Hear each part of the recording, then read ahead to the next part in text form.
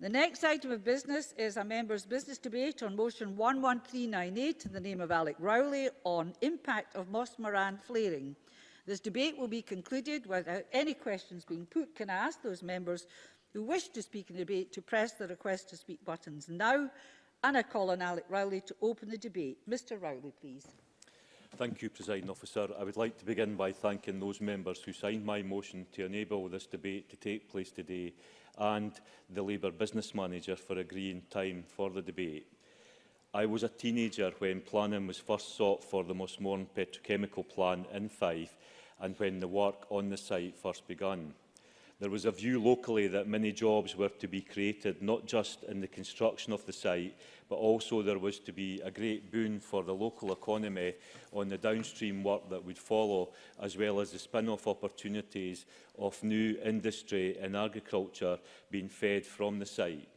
It is true that construction brought plenty of work and the local economy has benefited, but nothing like what was envisaged from those who were the strongest advocates of the plan in those early days. Throughout the years, there has continued to be concerns expressed about what chemicals do come from the site into the air that we breathe locally, and I have worked over many years with the former area chair of the Cowdenbeath area, Councillor Willie Clark, bringing NHS 5 to the table to discuss those concerns. But I believe it would be fair to say that for much of that period, the community has not lived in fear when it came to the safety of the plant itself.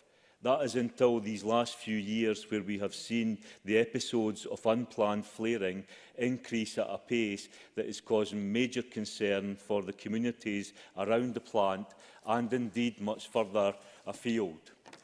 And that is the key point I want to make today.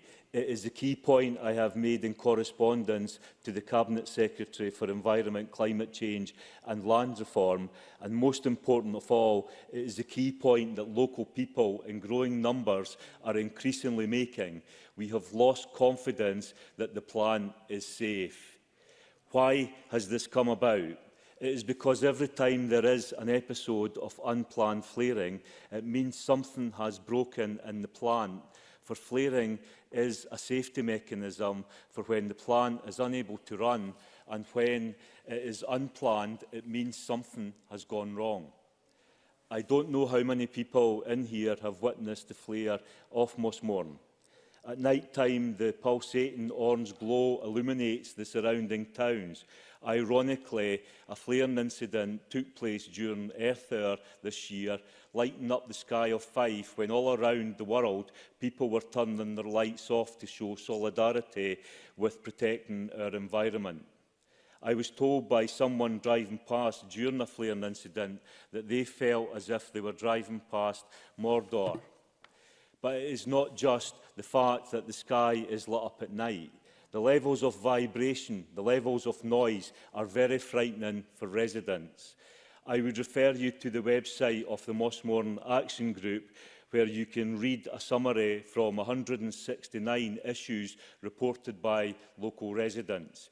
These include vibration and humming, sleep disturbance, irritable throat, eye, skin and breathing related issues, excessive noise levels, headaches and migraines, chemical smells, stress and anxiety, pain and ringing in the ears, and soot and particulate matter.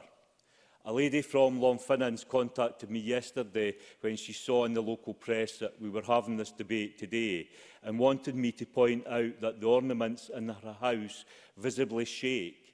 A resident from Kelty recently described it to me as being like a helicopter landing in the back garden. And last June, on a beautiful sunny afternoon, I was in shock as I saw a thick black smoke belch from the top of a stack and form a massive black cloud that sat over the top of the houses in Lochgelly, Glencraig, Cloroshill, Lochhower and Ballingery. It cannot be right, and it is not right, that people in those communities are having to go through these experiences. It cannot be right, and it is not right, that people are now living with the fear of the Mossmorran chemical plant on their doorsteps.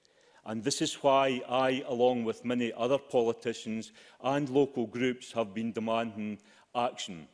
A final warning was issued by SEPA in relation to the flaring event that took place in June last year. Yet following that incident, there were unplanned flaring events in October, March and again in May.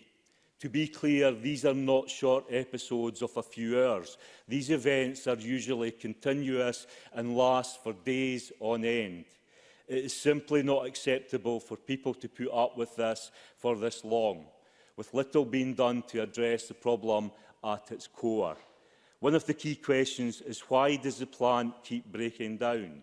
It is a 30-year-old plant, and we need to know what the issues are and how they can be addressed.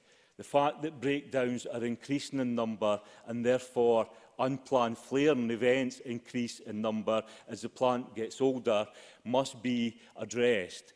This is a question that I feel must be answered by the operator of the plant and by the public authorities and ultimately by the government. 6 days ago, SEPA announced that the operators of the petrochemical facilities, which are run by Fife Ethylene plant by both Shell and ExxonMobil, are to face an inquiry in a joint investigation by SEPA and the Health and Safety Executive. In conclusion, Presiding Officer, this has been welcomed across the communities of Fife, but we need to know that there will be transparency. SEPA have said, and I quote, "Compliance with Scotland's environmental rules is simply non-negotiable." The people of Fife need the confidence that this is the case and the confidence in the safety of their surroundings and the place in which they live. Thank you. Thank you, Mr Rowley.